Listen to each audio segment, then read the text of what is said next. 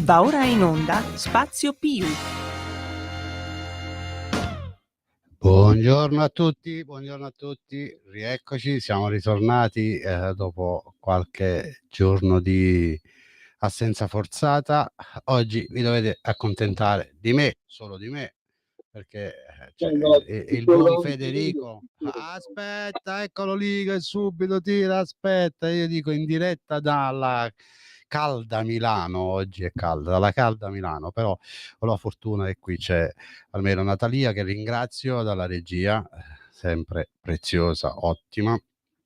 E poi abbiamo, lo presentiamo, lo facciamo a Massi, dai, il padrone di casa Mimmo Magnetta, che è in quel di Roma. Abbiamo avuto l'occasione, ci siamo incontrati l'altro giorno, quindi Mimmo, buongiorno, come stai? Buongiorno Antonio, non è che qua si stia molto più freschi che a Milano lì in regia, Ah sì, beh, Io mi Roma sento sì, sono tornato stanotte da Roma, conosco bene il clima d'accordo. romano, faceva un caldo anche ieri, era allucinante. Io sono riuscito a trovare un angoletto all'ombra. Fermati, fermati, Sì, che sì. così sei sicuro che la linea non va via. Niente, oggi abbiamo un po' di argomenti da trattare, perché purtroppo, per fortuna, il nostro mondo non si riesce mai a stare tranquilli, ci sono sempre novità o altro. Mimmo, iniziamo diciamo dando alcune notizie, perché in tanti poi ce lo chiedono. E per quanto concerne il Ministero della Giustizia, siccome che in tanti mi avete chiesto in privato concorsi, alcuni giorni fa è stato pubblicato un concorso per funzionari e assistenti giudiziari. Quindi, ripeto, è un'ulteriore dimostrazione che questo governo sta assumendo in una maniera esagerata, perché parliamo di 2.970 posti. Trovate il tutto sul sito del Ministero della Giustizia. Per quanto concerne i concorsi in polizia penitenziaria, come avevamo anticipato noi, Mimmo, perché siamo sempre primi, un mese prima, quando ancora nessuno ne parlava, è stato pubblicato il bando, per un bando straordinario. Voglio ricordarlo perché sono 643 unità, concorso riservato solo al ruolo maschile, scade, se non ricordo male, il 2 di settembre, quindi ulteriore personale, semplicemente perché purtroppo, ai noi, questa è una cosa che Mimmo diciamo da parecchio, a me è una cosa che fa letteralmente incazzare. Purtroppo spesso durante i corsi o i primi giorni di servizio negli istituti perdiamo colleghi perché vincitori di altri concorsi in altre forze di polizia, e ripeto, questa è una cosa che a me fa letteralmente incazzare, perché penso a chi purtroppo è fuori graduatoria per qualche, più che altro questa è una cosa che riguarda le donne, fuori graduatoria per qualche unità, e purtroppo non può essere chiamata, semplicemente perché una volta che il corso ha superato la metà, e soprattutto una volta che arrivi al reparto, ci saluti, te ne vai, non si può fare lo scorrimento, e l'amministrazione ha investito su di te e quindi ci ha perso soldi, ci ha perso tempo. Tu sei venuto da noi perché per te era un ripiego, perché io la penso così, perché altrimenti se vieni in polizia penitenziaria resti in polizia penitenziaria, perché come dico da sempre, Mimmo, la polizia penitenziaria non è seconda a nessuno. Chi viene da noi deve essere orgoglioso di indossare la nostra divisa, altrimenti non fatela proprio la domanda, restatevene a casa, che è meglio, perché non abbiamo bisogno di gente come voi. E quindi, detto questo, noi abbiamo una graduatoria ancora esistente di donne negli ultimi due concorsi, se non erro 50 unità 184 e 250 185 che sono a casa, ma nello stesso tempo abbiamo perso unità che non possiamo rimpiazzare, e quindi di conseguenza questo governo, quindi il Ministero della Giustizia, quindi i sottosegretari, hanno deciso di far bandire un nuovo concorso straordinario di 643 unità, purtroppo lo dico per le donne, riservato solo al ruolo maschile, e quindi a breve dovrebbe iniziare l'iter concorsuale per questi qua. Quindi, come vedi, non ci facciamo mancare nulla e come vedi, Antonio Fellone, sì, spiega però perché c'è stata questa necessità di questo concorso solo per i maschietti. certo, Perché le donne in polizia penitenziaria possono solo assolvere a certi no, servizi diciamo e non che, tutti. diciamo per l'amore della verità, non è solo questo il problema, è semplicemente perché ci sono delle piante organiche che l'amministrazione si deve attenere, a cui l'amministrazione si deve attenere per assumere. E quindi, siccome che la pianta organica maschile, ai noi purtroppo ad oggi, è ancora in parte vacante, quindi c'è l'opportunità di assumere nuovo personale. Per quanto concerne invece la pianta organica delle unità femminili, purtroppo per loro, noi, è satura, anzi c'è magari qualche unità in più. Quindi per le donne bisogna aspettare l'anno prossimo, che come sempre inizia l'anno prossimo, dovrebbe uscirà un nuovo concorso dove ci saranno ovviamente dei posti riservati anche alle donne. Purtroppo la realtà dei fatti è questo, lo so, è una cosa che non può piacere, ma purtroppo è così, purtroppo ci sono delle norme e queste norme comunque vanno, se ci sono, se esistono, vanno rispettate, ed è quella della pianta organica, perché spesso sento, mi chiamano, mi chiedono, mi dicono, si lamentano, si incazzano con me, ma purtroppo non sono io che decido, io al massimo posso limitarvi a darvi delle notizie, poi non spetta a me. Ripeto, dipendesse da me, onestamente, magari si potrebbe pensare a fare un qualcosa di straordinario. Non escludo che questa cosa io la possa chiedere magari più in là, per settembre, per vedere, per sanare magari la posizione di queste 200-300 donne rimaste fuori, ripeto, dal 185 al 186, cioè 184 e 185. Magari un qualcosa si può fare, chiedere è lecito, rispondere è cortesia, vediamo magari a settembre magari può cambiare qualcosa. Ad oggi però lo posso garantire, non c'è nulla. È un'altra cosa che a me preme dire a queste persone, visto che ci ascoltano in tanti, non spendete soldi perché non servono a nulla, perché dovete capire che spesso in giro ci sono persone che pur di guadagnare sfruttano la disperazione altrui. Oggi, ripeto, fare ricorso, come so che tanti di voi hanno fatto e hanno speso dei soldi, stanno spendendo dei soldi, non serve a nulla perché la norma è chiara. La pianta organica è satura, quindi non c'è tribunale che tenga che possa dire all'amministrazione le devi assumere, semplicemente perché c'è un bando e dal bando è chiaro e si evince che il numero di donne è quello. Quindi l'amministrazione non è tenuta ad assumere un numero superiore rispetto alla previsione del bando. In più, l'amministrazione non può assumere un numero superiore di donne rispetto a quello che è la pianta organica. Quindi si può solo e esclusivamente pensare di fare un qualcosa di straordinario. Questo, ripeto, lo si può chiedere, vediamo un attimo a settembre come andrà, si può valutare, però ad oggi l'amministrazione è in regola, quindi non ci sono ricorsi che tengano. E chi vi promette o vi propone tali situazioni è semplicemente perché vuole lucrare sulla vostra speranza barra disperazione. Quindi il O mio spera in qualche tessera in più, giusto? Perché chi propone anche, queste cose sono anche, altri. anche, Però però io diversamente dalle tessere Mimmo non credo, semplicemente perché io non posso promettere a una persona un qualcosa che non avverrà mai e quindi di conseguenza se non diventa poliziotta non si può fare la tessera e quindi di conseguenza non è una questione in questo caso secondo me ai noi sindacale, ma sappiamo bene che ci sono tante persone in giro che nulla hanno a che fare col sindacato e lucrano, no, sulla speranza altrui, sulla disperazione altrui, persone che a me fanno letteralmente schifo. Io parlo a carattere generale, non ce l'ho con nessuno, ripeto, ognuno è libero di fare ciò che vuole, ognuno è libero di spendere i suoi soldi come vuole, volete fare ricorso contro ricorso. Il mio è un semplice consiglio. Cioè, non andate a buttare soldi, il senso è quello, poi ripeto, la tasca è vostra e potete fare i vostri soldi quello che volete. Io vi dico piuttosto andatevi a fare una vacanza, perché magari ve la godete, il ricorso anche no. Sei d'accordo Mimmo? sì, sì, sono d'accordo, però io ti avevo fatto un'altra domanda, anche perché tu devi sapere che la nostra trasmissione, quella che appunto tu in pratica conduci con me da più di 8 anni, è ascoltata anche da qualche persona che non è del settore dalla signora Lisetta di Vicenza, dalla signora Adele di San Fedele Intervi, e loro poco masticano di pianta organica. Io certo. avevo fatto una domanda, nel senso, cioè, per far capire alle nostre ascoltatrici e ai nostri ascoltatori che, dato che in galera la maggior parte dei detenuti sono maschi, sono uomini, Certo. allora certo, cioè, per esempio le donne non possono svolgere delle mansioni in cui appunto ci sono gli uomini, salvo Ovvio, alcun solo. sì. Allora noi questo lo dobbiamo spiegare, perché Lo spieghiamo ripeto, subito. Hai ragione, ma mi sono perso su un qualcosa che a me, ripeto, fa incazzare perché lo so, perché tu io gli certe anni cose non le passati sopporto.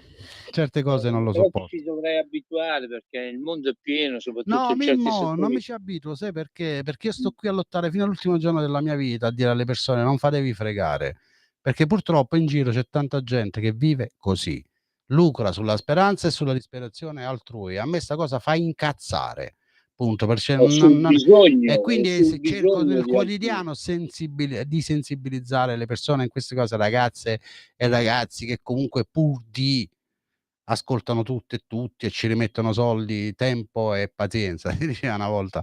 Per cui rispetto a quello che dicevi tu è vero, perché un istituto penitenziario, soprattutto se l'istituto è solo maschile, l'unità femminile può essere impiegata solo e esclusivamente per servizi all'esterno dell'istituto. Diciamo che oggi con la nuova circolare l'unità femminile può essere impiegata da tutte le parti, tranne ovvio che nella sezione femminile, come per gli uomini l'uomo può essere impiegato in tutti i reparti, in questo caso anche dei reparti, ma ovviamente non può essere impiegato in un reparto dove è presenza di detenute, quindi di persone di sesso opposto. E quindi cosa accade? Accade che nella stragrande maggioranza degli istituti ci sono gli uomini reclusi e di conseguenza è ovvio che le donne sono di meno rispetto agli uomini e quindi possono essere impiegate in posti dove non vi è presenza assolutamente di detenuti. Questo, vabbè, ovvio, hai fatto bene a dirmelo semplicemente perché, come dici tu, ci ascoltano tantissime persone che magari non conoscono il nostro lavoro. A volte io parlo e do per scontato che chi mi ascolta qualcosa mastica, ma effettivamente è così. Quindi ecco perché la pianta Fammi organica. aggiungere, fammi aggiungere solo una cosa, Antonio. C'è anche il discorso, una persona che appunto non è pratica del settore che noi trattiamo ogni venerdì Sì, pomeriggio, praticamente dice: ma perché questa differenza? Perché questa differenza appunto fra uomini e donne, quando invece fra carabinieri, poliziotti e guardie di finanza ci sono appunto di entrambi i sessi e tutti sì, fanno però lo stesso mestiere. se non Però è, appunto se non è perché queste forze dell'ordine operano all'esterno e operano secondo certi criteri. Il problema invece è che nelle prigioni, soprattutto nelle sezioni, gli agenti della penitenziaria che devono appunto curare, controllare appunto i detenuti, operano a mani nude. Vabbè, Per dire, certo, certo. cioè, Però io credo, Mimmo, non mi voglio sbagliare, ma anche nei altri concorsi, poi adesso magari posso dire una cretinata perché magari non ho letto, però credo che anche negli altri concorsi ci sia una separazione di numeri. Detto ciò, è ovvio che da noi non puoi assumere più donne rispetto agli uomini, perché effettivamente poi dopo non sai dove impiegarle. Perché ripeto, le donne, soprattutto che la stragrande maggioranza degli istituti di pena sono maschili, quindi la donna più di impiegarla all'esterno dell'istituto, all'esterno dei reparti detentivi, perdonatemi, quindi o in qualche ufficio hai pochi posti dove impiegarla. Invece l'uomo lo può impiegare in qualsiasi posto di servizio e considerato che la stragrande maggioranza degli istituti sono maschili, è normale che la pianta organica degli uomini è molto più grande rispetto a quella femminile. Questo preciso non è che è una questione di maschio o femmina, è semplicemente una questione lavorativa, perché magari ci possono essere donne, anzi sicuramente ci sono magari donne più capaci degli uomini e quindi però purtroppo c'è la norma e non li puoi far assolutamente lavorare in un reparto dove vi è presenza di detenuti maschili, quindi in un reparto maschile. Tutto qui, Mimmo. Però, ripeto, ci tengo a precisare rispetto a quello che dicevamo prima sul discorso del concorso straordinario di 643 unità, è dovuto solo e semplicemente perché tanti di questi signori sono transitati o vincitori di altri concorsi in altre forze di polizia.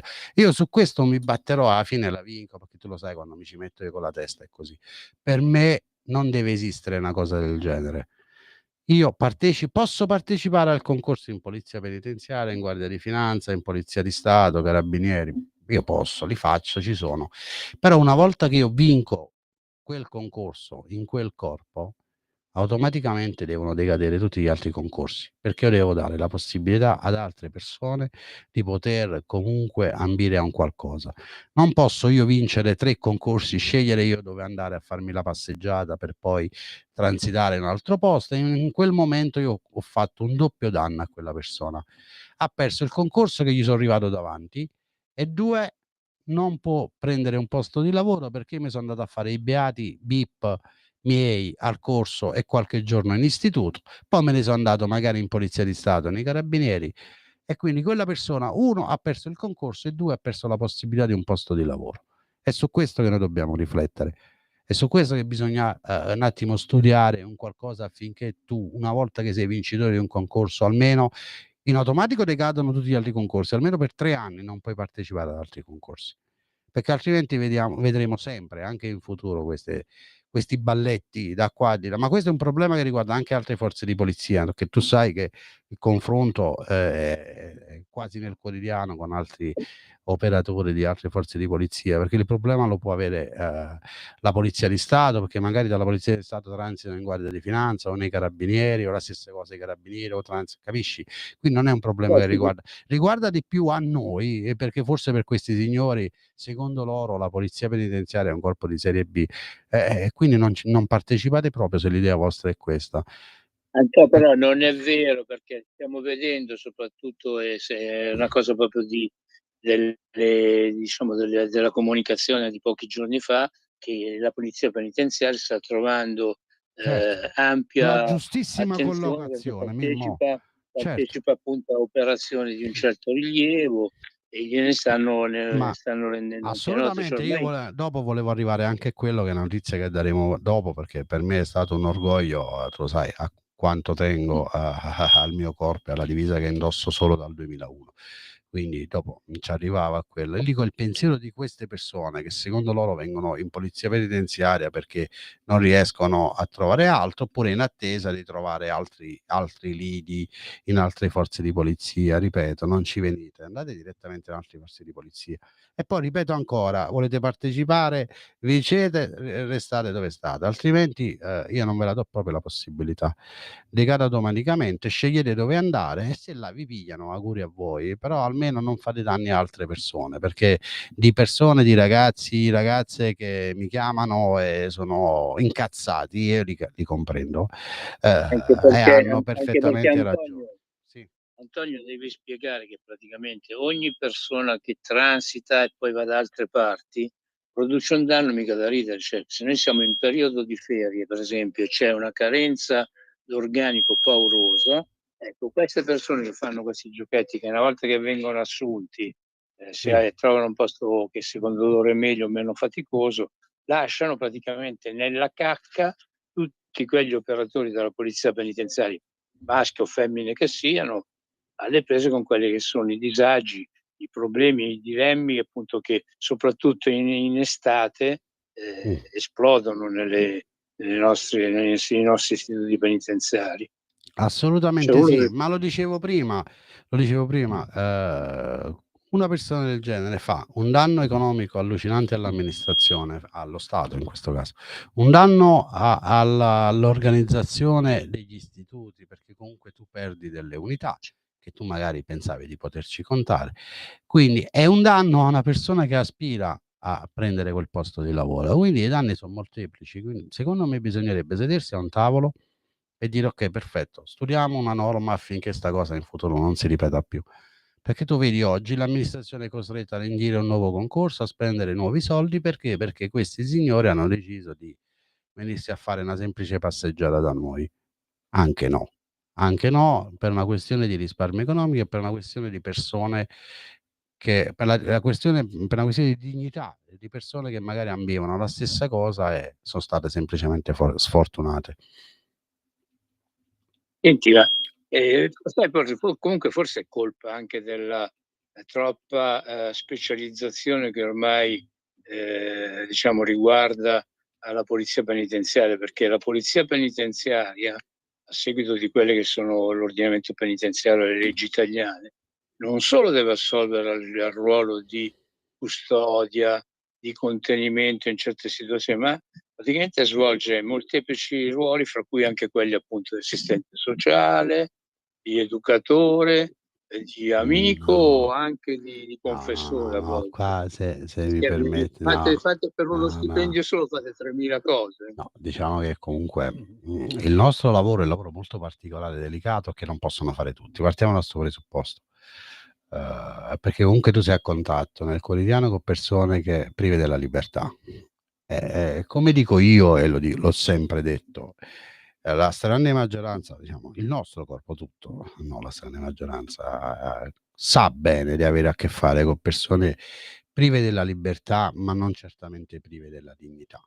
Quindi, la grande forza d'animo, la grande professionalità, che accompagna nel quotidiano il poliziotto penitenziario spesso ti può portare comunque a fare quello che dicevi tu prima, no, perché prima di indossare una divisa, sotto una divisa c'è un essere umano e spesso ti capita comunque di confrontarti con persone che, si son trovate lì per caso, persone che comunque hanno capito l'errore che hanno fatto e certamente hai l'opportunità di poterle recuperare, o comunque cerchi di aiutarle. È ovvio che in un istituto penitenziario, Mimmo, come l'ho sempre detto, ci sono 3 tipologie di detenuti. C'è il detenuto che, si trova lì per caso, per errore, perché a volte può capitare e quindi ci sta, aspetta di scontare la pena, rispetta le regole. C'è il detenuto che ha fatto del delinquere il proprio stile di vita, ma sa, come funziona e, come si dice in gergo, sa farsi la galera. E poi c'è la terza tipologia che è quella che oggi sta mettendo in ginocchio le carceri italiane e sono la stragrande maggioranza dei detenuti stranieri, detenuti psichiatrici, detenuti che non sono avvezzi al rispetto delle regole, detenuti che non rispettano le leggi e detenuti che non rispettano l'uniforme e quindi lo Stato. Su questo noi stiamo avendo grandissimi problemi da nord a sud, perché comunque è ovvio che, sono continuamente spostati da istituto a istituto, però noi la stragrande maggioranza dei problemi degli istituti penitenziari la stiamo avendo da queste persone. Poi ripeto, le altre 2 tipologie è ovvio che tu, stando in contatto con queste persone, magari a volte cerchi di capirle, di comprenderle, gli stai vicino, gli dai qualche spiegazione, perché sotto la divisa, ripeto, siamo tutti degli esseri umani. Chi ha sbagliato è giusto che Batte un paghi, cuore, chi ha semplifica, sbagliato è batte giusto un che cuore. paghi nel rispetto della Costituzione, l'articolo 27 della Costituzione. Su questo con me non apri una porta ma un portone. Noi il problema principale, ripeto, dove si deve lavorare eppure tanto, è quella sulla terza tipologia di detenuti, che ad oggi stanno mettendo in ginocchio le carceri italiane, che sono, persone, ripeto, che non hanno nulla da perdere, ma questo vale per gli adulti, ma ahinoi, Mimmo, tanto anche per i Soprattutto per minori, i minori. perché noi abbiamo in Italia gli istituti per minori strapieni di minori non accompagnati. Minori non accompagnati sono quei ragazzi che t'arrivano in Italia, marocchini, algerini, tunisini, da tutto il mondo, però ripeto, la maggior parte dal Maghreb, che sono le famose maranze, che quando sono all'interno degli istituti penitenziari non sono assolutamente di facile gestione, che sono persone che ti rispondono, ti sputano, non ti pensano proprio, ti aggrediscono. Di recente al Milano Beccaria è successo un qualcosa di veramente brutto. Si barricano, ti lanciano bombolette, ti lanciano l'impossibile. Quindi di cosa vogliamo parlare? Dove sta la rieducazione? Come fai a rieducare persone che non vogliono assolutamente essere rieducate, anzi pretendono di governare, pretendono di comandare l'istituto penitenziario? Ma assolutamente no, assolutamente no. Qua ripeto, l'unico rimedio, come dissi qualche giorno fa quando abbiam fatto, la presentazione del dipartimento lì alla Camera, lo dissi allora e lo ribadisco adesso: questi bisogna mandarli via, perché comunque abbiam provato in tutti i modi a gestirli, ma non ci si riesce. Non ci si riesce perché per chi non conosce, ecco, il carcere, voglio fare un esempio, per chi magari non ha visto il carcere, basta guardare, come ho detto già altre volte, delle immagini, delle scene che ci arrivano dal territorio nei vari TG, no, magari il magrebino che col macete ti aggredisce, ti salta sulla macchina, ti spacca tutto, violenta. Ecco, quelle persone lì dovete sapere che poi ovviamente ce le dobbiamo gestire noi negli istituti penitenziari. E voglio ricordare un'altra cosa: sul territorio il poliziotto, il collega, ecco, Natalia mi dice che abbiamo un minuto, poi dobbiamo andare in pubblicità. Il poliziotto che lavora sul territorio, il carabiniere, i colleghi della territoriale, diciamo, no? Stanno più in generale, hanno fortunatamente ad oggi a disposizione il taser e spesso sono costretti ad usarlo, e vedi che comunque porta dei risultati, perché può essere un deterrente. Quando vengono arrestati questi signori, poi tu te li ritrovi in un istituto penitenziario, e all'interno dell'istituto penitenziario quello che combinano queste persone lo sa solo esclusivamente chi butta il sangue in prima linea e lavora in sezione. Ti aggrediscono, incendiano, nel gergo si dice, si tagliano, si autolesionano, prendono le lamette e si tagliano su tutto il corpo in segno di protesta, a volte anche per futili motivi. Ok? Noi stiamo parlando, attenzione, di una tipologia di detenuti. Non sto dicendo che tutti i detenuti sono così. Io sto parlando della tipologia che sta mettendo in ginocchio le carceri italiane. E sono questi qua. Quindi, per far capire a chi non è stato mai in carcere, per far capire quello che si vive all'interno di questo penitenziario, ripeto, basta guardare i vari TG e le varie immagini che vengono date nel quotidiano di persone straniere che ovviamente non rispettano quelle che sono le leggi all'esterno, figuriamoci all'interno, e quel modus operandi che loro hanno all'esterno lo riportano all'interno. Però all'interno ti trovi con un povero Cristo che magari ha da gestire una sezione di 70-80 detenuti, però sto povero Cristo si deve stare lì a lottare e imbattersi contro una persona del genere che, ripeto, non ragiona. L'unico ragionamento che fa è quello di autolesionarsi, di buttarti dietro di tutto e di più, di sputarti addosso e di incendiare. Adesso andiamo in pubblicità perché vedo che Natalia mi guarda in maniera minacciosa. Mimmo, ci vediamo tra un minuto. Presto. Un nuovo modo per sostenere la tua radio. Visita radiolibertà.net. Ti basta un click e potrai versare il tuo contributo volontario direttamente online. Potrai donare con ogni tipo di carta di credito, anche prepagata. Ti aspettiamo online Su radiolibertà.net. Sostieni la tua radio con il tuo contributo volontario. Radio Libertà. La tua radio. Diamo voce alla nostra gente. Porta con te ovunque Radio Libertà. Scarica la app per smartphone o tablet dal tuo store o dal sito radiolibertà.net. Cosa aspetti? Stai ascoltando Radio Libertà. la tua voce libera, senza filtri né censura. La tua radio. Eccoci tornati in diretta. Volevo fare una cosa che non ho fatto Mimmo prima. Mimmo, perdonami, ma la sai, non sono abituato a stare da solo qua. Di solito ho due uomini belli. Sto scherzando, Mimmo. Ci sei tu, c'è Federico. Volevo ricordare i numeri Belli per siamo, hai i- detto buono, siamo belli. Volevo ri- Fuori poco, ma dentro molto assai. No, io opterei più per buoni che per belli, però poi la bellezza è soggettiva, quindi magari io volevo ricordare i numeri per interagire con noi, che sono il numero di telefono è lo 0292947722 e il numero di WhatsApp, come dice Mimmo, è il 340 6709 659. Qualche WhatsApp già comunque era arrivato, ma dopo guardo e leggo, ma ne stanno arrivando un po'. Almeno vedo. Niente, Mimmo, allora stavamo dicendo, per quanto concerne quella parte di detenuti che sta mettendo in ginocchio le carceri italiane, è su quello che bisogna lavorare, è su quello che bisogna trovare la quadra. Per me non c'è altra soluzione se non quella di veramente sedersi ad un tavolo e cercare in tutti i modi di rimandarli a casa loro, che se li riprenda il Marocco, l'Algeria, la Tunisia, che se li riprendano a casa loro. Troviamo un accordo, perché effettivamente abbiamo capito che questa tipologia di detenuti noi non riusciamo a gestirla, ma non riusciamo a gestirla anche perché perché se provi poco poco a difenderti, ti trovi una procura che ti indaga. Quindi io come devo lavorare con queste persone? Se c'ho un energumeno che mi aggredisce pieno di sangue perché nel frattempo si è autolesionato, pieno di sangue, mi viene incontro, io che devo fare?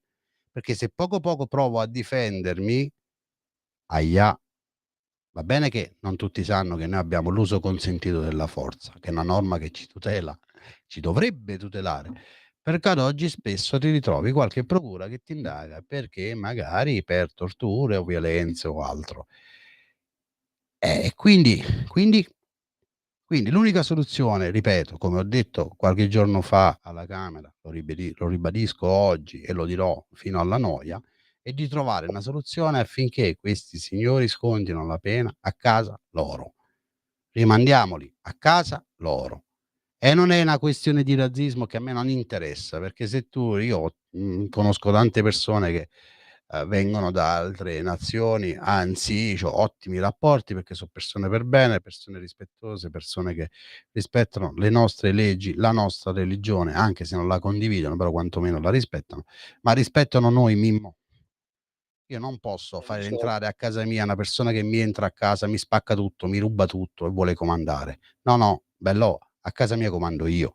Tu sei in Italia, sei ospite. Antonio Fellone, fermo là, ti devo interrompere. Il problema è che quello che tu dici è una cosa che appunto va risolta a livello politico, che a livello politico sappiamo che ci sono delle procedure, dei riti da seguire. Io, ahimè, e su qua ti devo sempre venire a scocciare, ho contatti quotidiani anche io con tuoi colleghi che appunto ormai non gliela fanno più perché sono veramente arrivati allo stremo, soprattutto poi quando siamo in questo periodo a cavallo o il piano estivo o quello natalizio, e quando le tensioni nelle prigioni esplodono, e io c'ho tanti appunto che dicono: "Oh, ma io c'ho questo problema, m'hanno fatto montare giorno e notte ieri, ho fatto 12 ore di riposo e devo rifare giorno e notte oggi".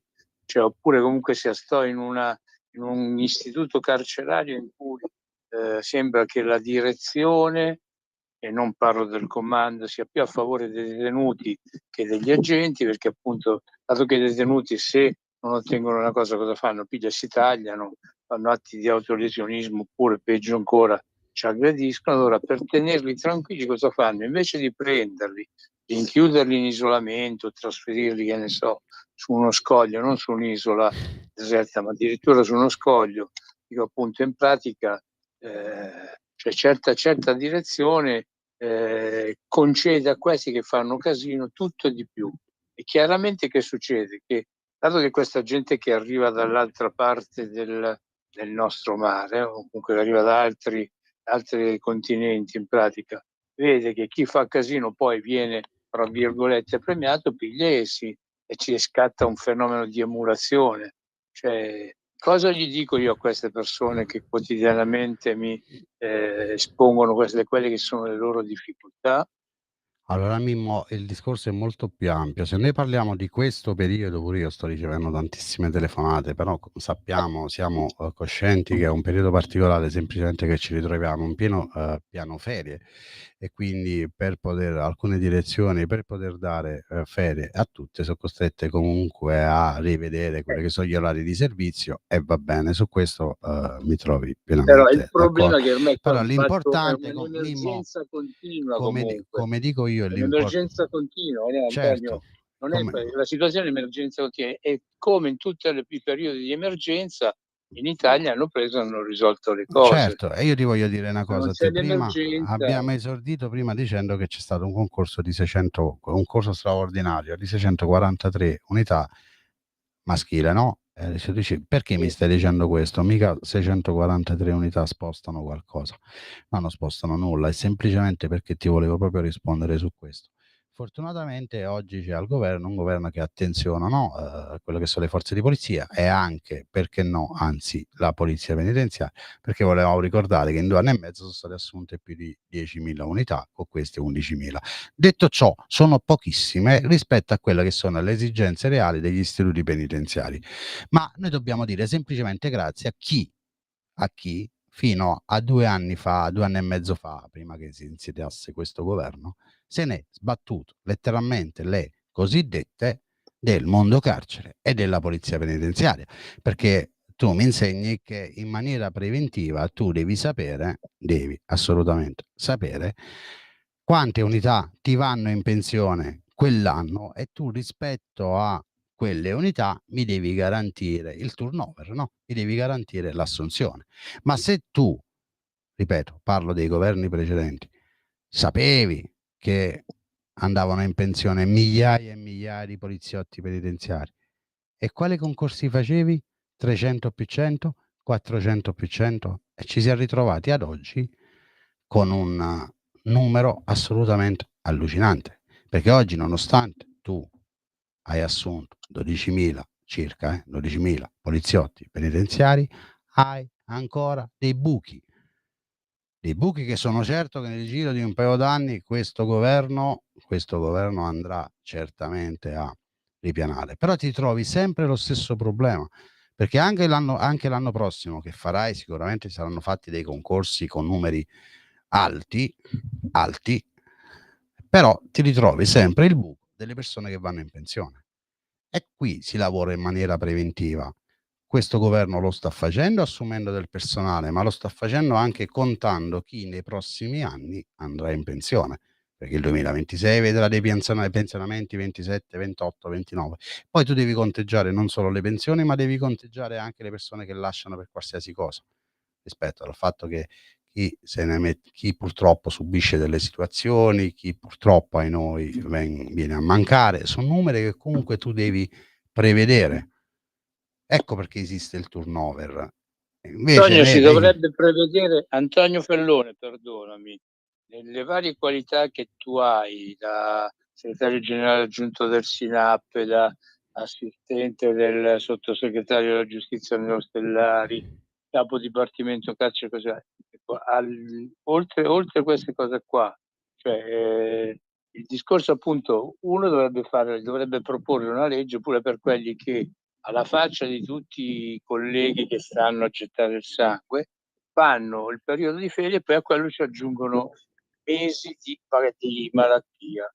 Cioè uno dovrebbe fare anche una cosa del genere. Comunque, dato che la legge c'è, perché se uno sta a casa malato con ragione è un discorso, ma se uno finge la malattia ci dovrebbe essere un modo per correggere questa cattiva abitudine, perché qua fra quelli che vengono a fare i poliziotti penitenziari se ne scappano, se li metti in sezione, perché c'è da dire anche questo, tanti hanno abbandonato il corpo della polizia penitenziaria perché non reggevano la fatica, comunque lo stress di avere a che fare con i carcerati, ma poi ce ne sono tanti altri furbacchioni che quando appunto tocca il loro turno di lavorare, per esempio nel periodo o estivo natalizio, loro che fanno piglia e applicano l'uso della malattia.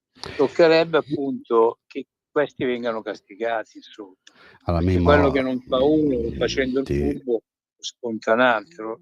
ti rispondo intanto. Questo succede in tutti i settori lavorativi. Certo, non solo. intanto ti devo rispondere semplicemente perché ci sono battaglie di anni, gente che dà la vita per apportare certi risultati, che partendo dal presupposto, e ripeto, la malattia è insindacabile. Detto ciò, però, fermati, già ti ho visto che stavi partendo. Detto ciò, È vero, però, stavo dicendo. partendo dal presupposto che la malattia è insindacabile, è vero che ognuno di noi ha una coscienza.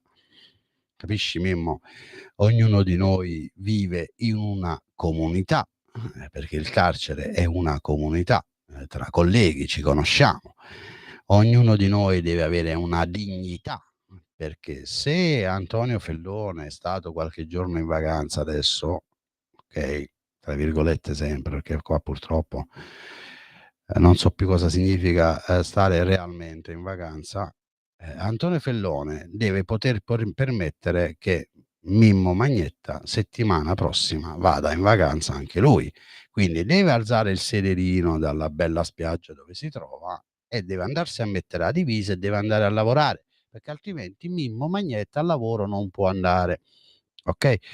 Quindi perciò ti parlavo di coscienza e soprattutto secondo me anche di dignità. perché se io faccio una cattiveria del genere a Mimmo Magnetta, quando io rientro dopo i 2 mesi di malattia, che nel frattempo magari stavo a casa, magari parlo a carattere in generale, solo durante le orari di visita fiscale, dopo 2 mesi mi sono fatto agosto e settembre, metà settembre, rientro, dico, dai, così rientro, io la persona che ha un po' di dignità non ha la forza di guardare in faccia Mimmo Magnetta, capisci?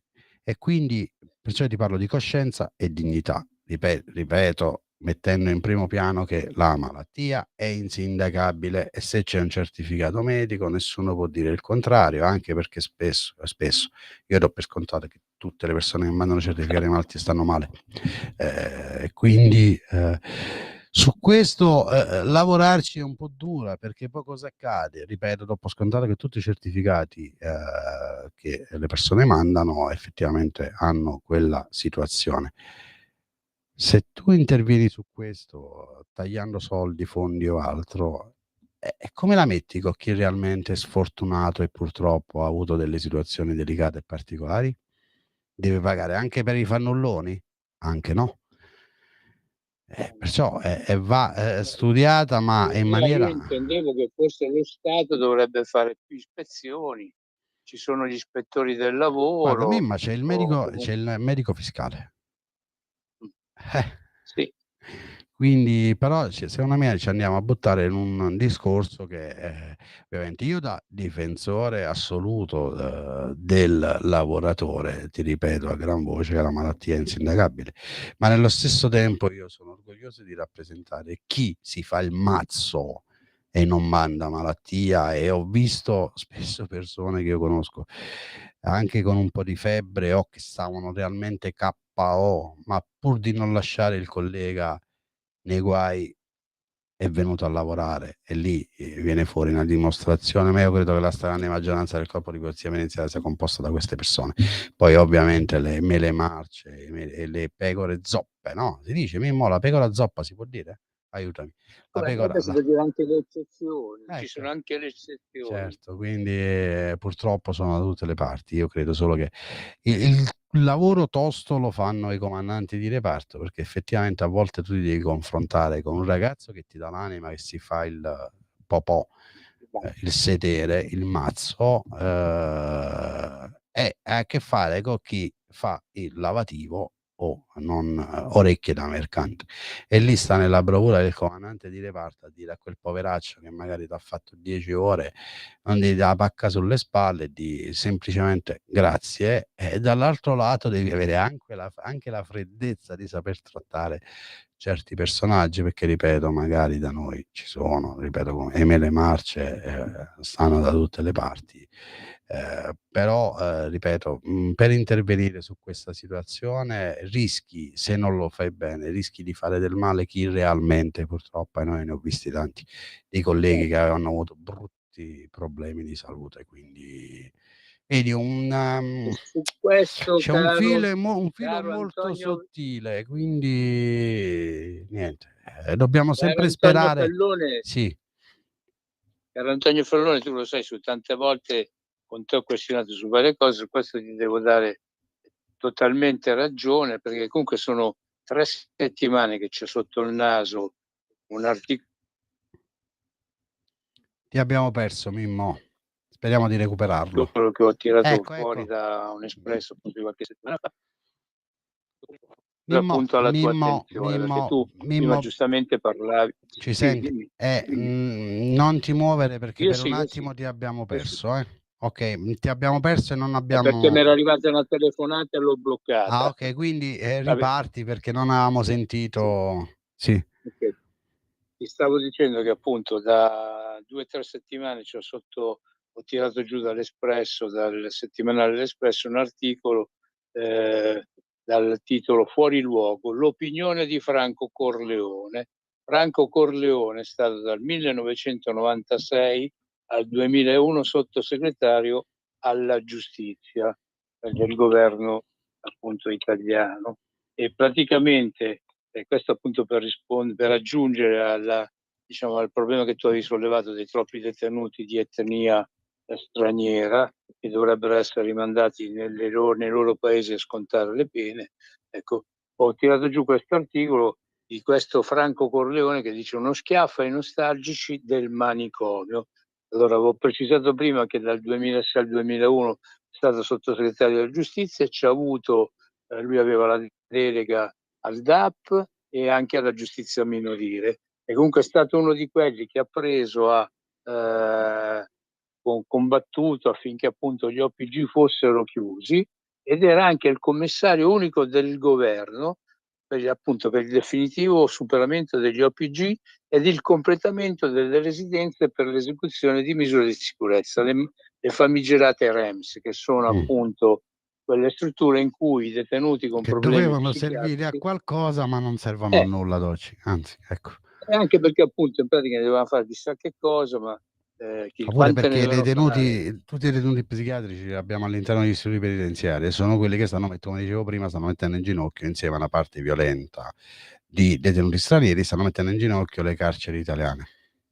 Perché voglio ricordare che noi facciamo i poliziotti penitenziari, non facciamo i medici, non siamo E non medici. siete psichiatri. Quindi scusami se ti ho interrotto, era per dire quello. Sì, no, dico, questo è ex sottosegretario della giustizia che appunto tanto si è dato da fare per chiudere i manicomi, gli OPG, e comunque sia tanto criticato anche diciamo, le ricostruzioni delle carceri, famigerate carceri d'oro. Uno che ha scritto un sacco di pubblicazioni. Io sono diventato scemo a leggere il suo curriculum, no? Su tutti i libri che ha scritto, per esempio uno di questi è Il corpo e lo spazio della pena, architettura, urbanistica e politiche penitenziarie, curate con Stefano Anastasi e Luca Zevi per l'edizione di Este. Nel volume ha scritto l'introduzione del titolo Risorgere dalle macerie. Ma questo Franco Corleone in pratica ci ha lasciato solo le macerie, perché appunto lui che è stato uno dei fautori, uno di quelli che ha provocato proprio la chiusura degli OPG, e che appunto si permette ancora oggi di dare lo schiaffo morale ai nostalgici dei manicomi, ma forse non si rende conto di quello che è il disastro Che è stato che ha fatto, lasciato. e il danno che è stato fatto. Danno che è stato fatto sia alle strutture, sia alla polizia penitenziaria, ma alle strutture in generale, alla polizia penitenziaria, ma io credo il danno anche alle persone, perché un detenuto psichiatrico, un detenuto che dovrebbe stare in un posto dove dovrebbe essere curato bene, oggi lo trova all'interno degli istituti penitenziari, che certamente non può avere la cura rispetto a se si trovasse in un istituto dedicato come era prima l'OPG. Ma queste sono persone che non ti diranno mai sì, ho sbagliato, quindi, perché il danno è stato fatto ed è pure grande. Ad oggi io riaprirei non i manicomi, riaprirei delle strutture dedicate, uno per poi permettere a chi lavora all'interno agli istituti penitenziari di fare il proprio lavoro, che è quello del poliziotto penitenziario, non dell'assistente sociale, né tantomeno del medico psichiatra, né tantomeno del OS, operatore sociosanitario. Noi siamo poliziotti, all'interno degli istituti penitenziari dobbiamo fare i poliziotti, non altro. Però quando ti confronti con questa tipologia di detenuto, ai noi ti tocca fare il poliziotto, il medico, ti tocca subire, ti tocca veramente, e ripeto, devi fare attenzione a come reagisci, perché altrimenti ti arriva la procura qui e ti dice ragazzo mio hai sbagliato.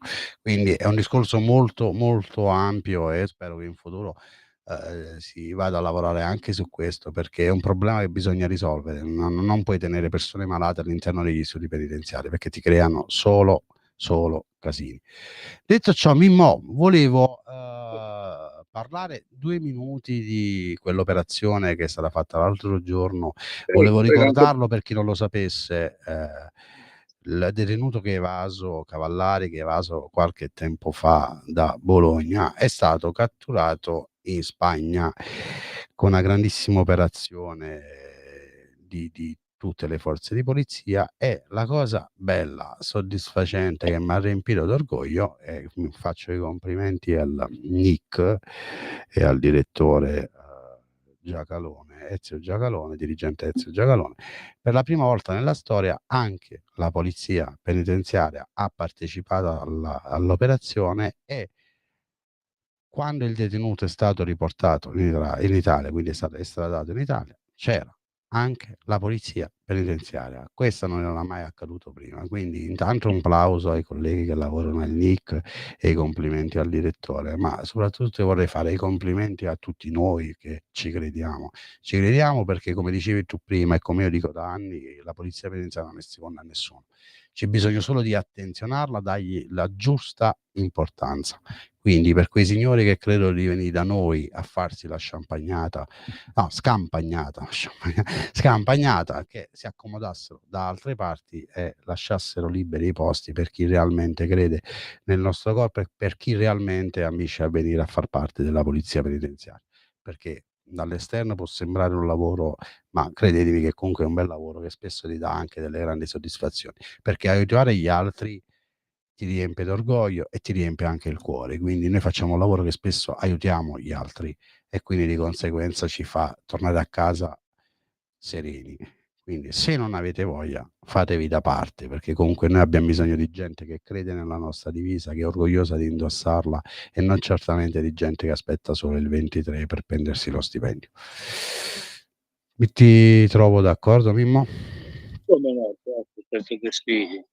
Io ho voluto tirar fuori questo articolo dell'Espresso dove appunto in pratica c'era questo ex sottosegretario che era uno che è partito dai repubblicani per poi approdare ai radicali, per poi approdare a una forza di sinistra.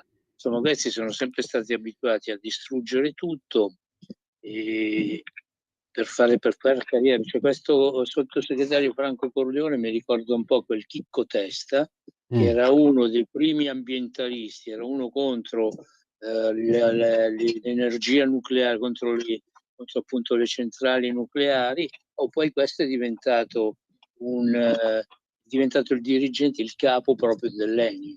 Cioè era uno che appunto lottava contro un certo tipo di politica e poi è diventato uno dei fautori. Cioè questo ha distrutto, si dice contento appunto di aver distrutto un settore come quello degli OPG, però praticamente non è stato capace di portare a termine quello che era un suo mandato, perché era lui quello che doveva darsi da fare per la costruzione delle REMS, delle residenze dove appunto mettere dentro gente malata e curarla.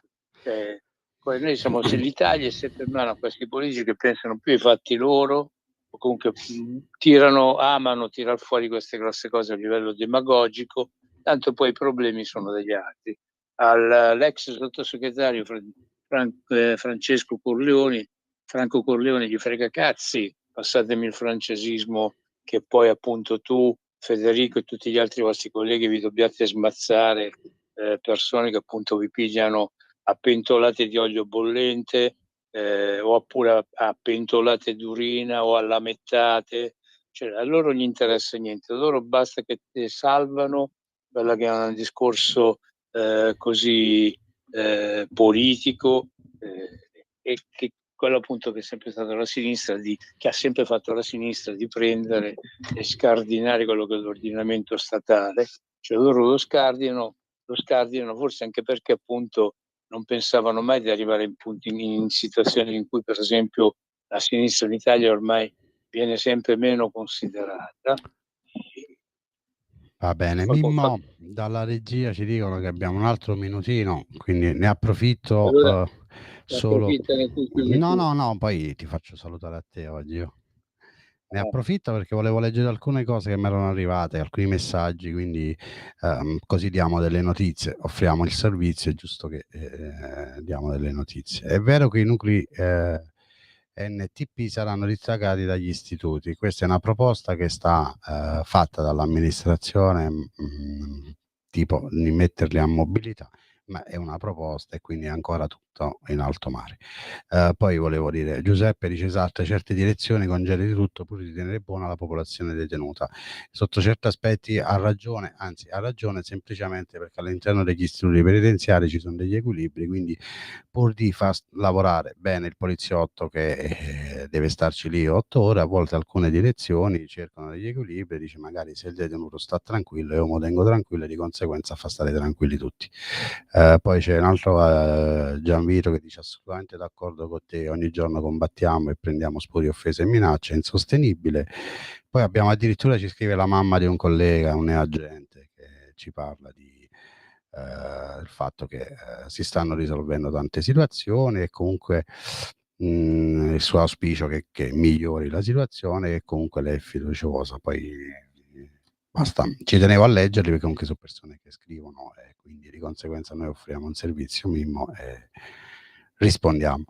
Quindi l'NTP che è? Mi il nucleo, sfugge l'acronimo.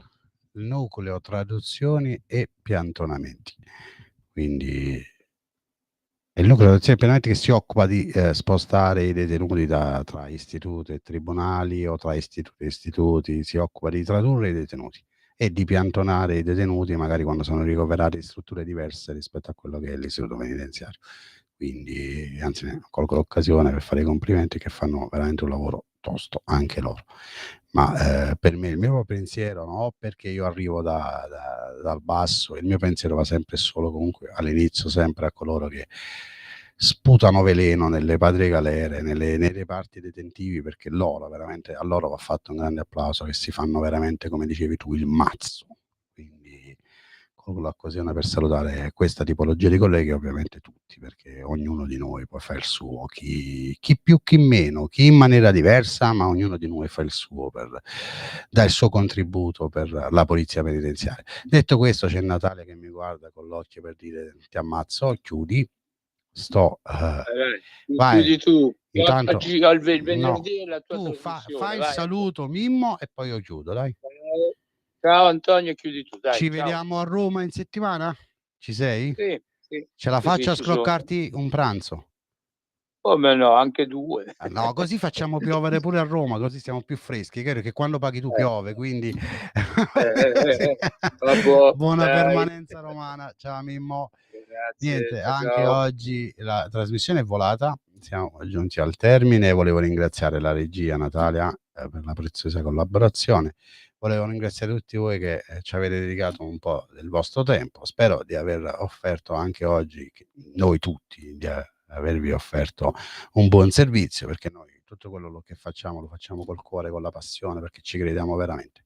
Quindi ci vediamo venerdì prossimo e come dico sempre, viva la polizia penitenziaria, viva il SINAP e buona giornata a tutti. Avete